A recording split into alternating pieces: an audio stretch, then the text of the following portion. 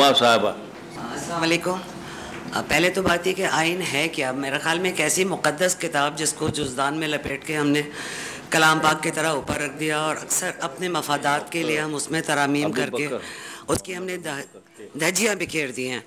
आइन के रूह से एक आम शहरी की हिफाजत, उसकी इज़्ज़त और उसके माल की सब रियासत के ऊपर उसका फ़र्ज़ है। लेकिन क्या हो रहा है, लोगों को मारा जा रहा है। अब मैं इसका हवाला एक फ़्लाइट से दूंगी।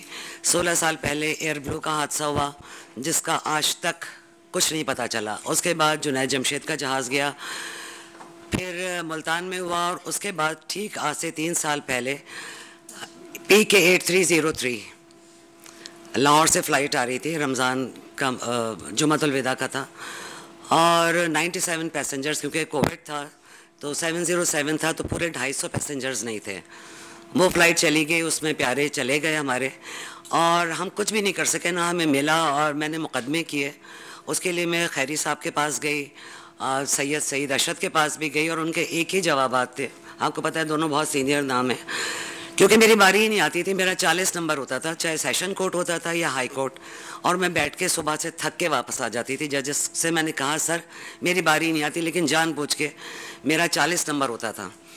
तो उन दोनों ने मुझे, खैरी साहब से तो मेरा आज का नहीं सालों का ताल्लुक़ था, उन्होंने कहा आप अगेंस्ट फेडरल गवर्नमेंट नहीं जीत सकती। ठीक है, आइन में हैं चीज़ें आपके लिए, लेकिन आप केस को विड्रॉ कर लें, ये आपके हक़ में बेहतर है। तो फिर ऐसे आइन पे मैं क्या यकीन करूं कि ना मुझे ना बाकियों को किसी को भी कुछ भी नहीं मिला। और 4 साल के बाद, मतलब 5 साल हमने जो एवरेज निकाला है, हर 4 साल और 5 साल के बाद फिर एक हादसा मुंतज़िर होता है। और इसमें हम किसी के लिए नहीं, ज़ाहिर मेरे बच्चे चले गए और चले गए, आने वाली नस्लों को हम एक महफूज पाकिस्तान देना चाहते हैं, चाहे वो आइन के ज़रिए हो या किसी के भी ज़रिए हो। लेकिन अगर हमारे जजेस ही हाथ बांध के बैठ जाएंगे तो हम किसके पास जाएंगे रोते हुए। बहुत बहुत शुक्रिया। जस्टिस साहब जी, मैं बहुत शुक्रिया जी, मुझे इनवाइट करने का बहुत बहुत शुक्रिया। और मैं कोशिश करता हूँ कि टॉपिक बहुत अच्छा है और बहुत सेंसिटिव है, और आज के दिनों में तो सारा टीवी खोलो तो जिक्र ही आइन का हो रहा है, और जिसको नहीं पता वो भी आइन का जरा बना हुआ है। जी जी, वायलेशन का हर आदमी उसी पे बात कर रहा है। देखिए, बात यह है कि आइन की तारीख सबको पता है। 1956 में पहला आइन बना, पहले उसी को पामाल किया गया, फिर 1958 के बाद मार्शल लॉ लगा, उसके बाद 1962 में जनरल अयूब खान साहब ने सदारती निज़ाम का अपना आइन दिया।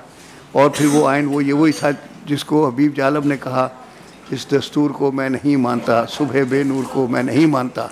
और वो बल्कि वो जिस वक्त वो ये नज़म पढ़ी शायर ने, वो बताते हैं कादर साहब थे लाहौर में जो लॉयर जिन्होंने ये ड्राफ्ट किया था, उन्होंने उसी दिन कह दिया कि ये आइन नहीं चलेगा, क्योंकि एक शायर ने कह दिया है कि मैं इसे नहीं मानता। और वही हुआ कि वो आइन आखिर में अपनी मौत खुद मर गया। जी, वो तो लाजमी है ना सर, वो तो कम्प्लीमेंट्री होता है। आजकल भी देख रहे हैं आप। अच्छा, उसके बाद क्या हुआ सर कि 1973 का जो आइन था, भुट्टो साहब ने बड़ी कोशिश की, सब लोगों को बड़ी मुश्किल से मनाया। आखिर में भी मेरे ख्याल में एक आध आदमी ने शायद साइन नहीं किए थे, एक आदमी ने साइन नहीं किए ना, किसी एक, बाकी लास्ट में वली खान साहब से और वो मुफ्ती महमूद साहब से करवाए थे दस्तखत। और लेकिन भुट्टो साहब ने वो आइन जिस तरह पास करवाया, उसके अगले दिन ही एमरजेंसी नाफज करके और उस आइन को मुअत्तल कर दिया। खुद ही बनवाया, पूरा बना के सेकंड डे उसको मुअत्तल कर दिया। उसके बाद उस आइन का असर क्या हुआ, अभी तक 18 तरमीम तो हो चुकी हैं, अभी मज़ीद होती चली जा रही हैं। देखिए, बात यह है कि आइन ठीक है, मुल्क का निज़ाम चलाने के लिए किसी भी जगह का कोई कंपनी भी चलानी हो, आपको जैसे चार्टर बनाना पड़ता है, इसी तरह आइन बनाना ज़रूरी है। हमारे पास आइन है, लेकिन असल चीज़ होती है कि उस पर अमल दरामद करने की नीयत लोगों की क्या है। आप देखिए, बरतानिया का आइन लिखा हुआ ही नहीं है, वो ट्रेडिशन के ऊपर चल रहे हैं और जो उनकी रवायात हैं उसके ऊपर, उसको मद्देनज़र रख के उस पर फैसले करते हैं। लोग हैं कि फैज़ साहब से मंसूब बात है, अल्लाह जाने कितनी ऑथेंटिक है, कि वो जब लेनर प्राइज़ लेकर आए थे तो उनसे किसी सहाफ़ी ने पूछा कि सर पाकिस्तान का क्या बनेगा। उस वक्त भी हालात यहाँ शुरू से ऐसे चल रहे हैं। उन्होंने बस अजराह तफन्नन कहा कि मुझे डर है कि ये ऐसे ही चलता रहेगा। और वो बात है कि उनका डर सही, यही कहा था ना, हाँ हाँ, लेकिन वो उनका डर जो है वो उतना सही नहीं निकला, आधा पाकिस्तान चला गया उसके बाद। ठीक है, तो बात यह है कि आइन के ऊपर अमल करना। अभी आजकल सोशल मीडिया पे बहुत सी चीज़ें आ रही हैं। एक सोशल मीडिया पे ऐसे लगा हुआ था, कार्टून बना के बताए बैठे हुए थे, उन्होंने कहा चोर मिल के फैसला कर रहे हैं, मशवरा कर रहे हैं कि जजों को क्या सज़ा दें। तो बहुत आला कार्टून था कि वो उन्होंने कहा चोर मिल के फैसला कर रहे हैं कि जजों को क्या सज़ा दें। पूरी पार्लियामेंट बैठ के जजों को सज़ा देने के लिए मशवरे कर रही है, रेजोल्यूशन पास कर रही है। तो ऐसे में आइन की क्या तकद्दुस है, पामाल कर दिया गया है पूरा तकद्दुस। और अभी कल इंशाल्लाह अल्लाह करेगा सुप्रीम कोर्ट की जजमेंट आ जाएगी, ये सारी अप्रीहेंशंस ख़त्म हो जाएंगी। और जिन लोगों को आइन को तार तार किया है, अभी इस वक्त तार तार हो गया है।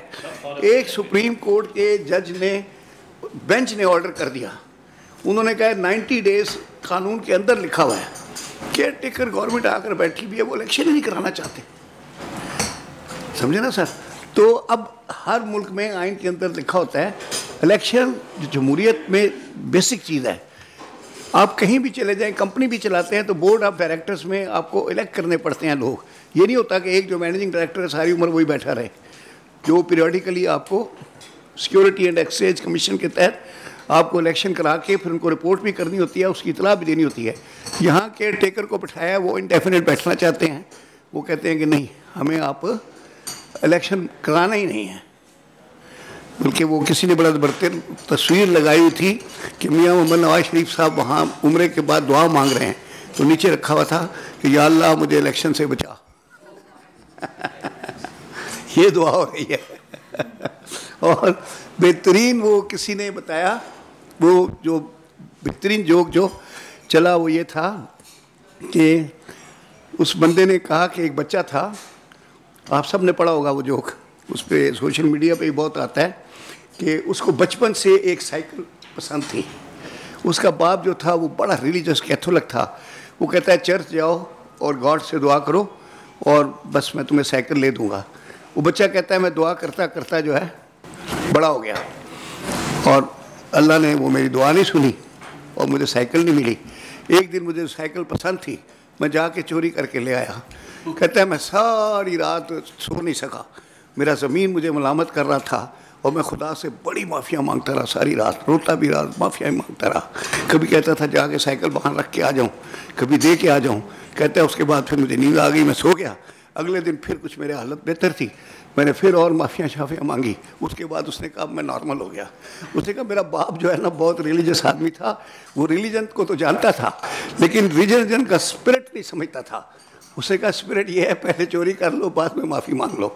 उसने कहा अब आप जब भी किसी अमीर आदमी को ज़ारो कतार रोक कर माफ़िया मांगते हुए देखें तो आप समझ जाएं कि इसने भी किसी की साइकिल चुराई है। इसने किसी की साइकिल चुराई है।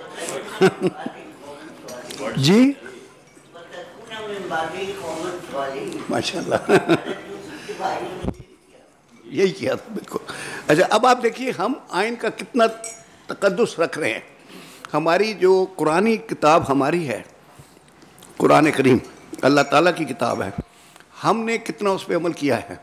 हमने उस किताब के ऊपर ग़िलाफ़ चढ़ाया है, ग़िलाफ़ चढ़ाने के बाद उसको लपेटा है, लपेट के अलमारी के ऊपर रख दिया है। और फिर क्या करते हैं, वो हमारा एक्चुअल आइन अल्लाह ने दिया है, इसको हमारी मेज़ के ऊपर होना चाहिए जी।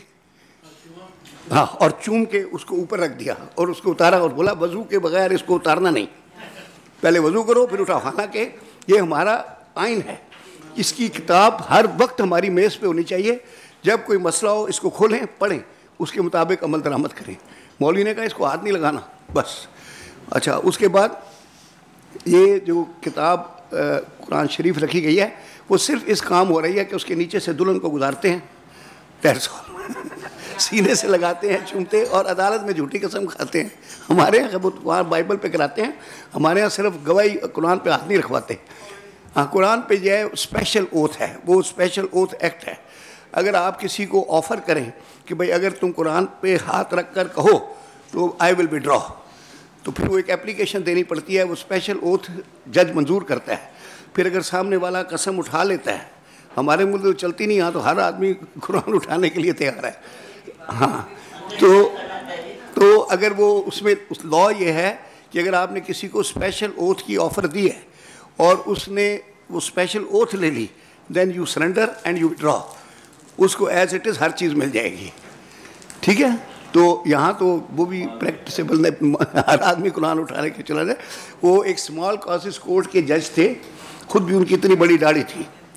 तो स्मॉल कॉसेस में क्या होता था कि एविडेंस लिखी नहीं जाती और उसमें ज़बानी सुन के वो ख्वाजा नवीद की अदालत की तरह वहाँ फैसला हो जाता।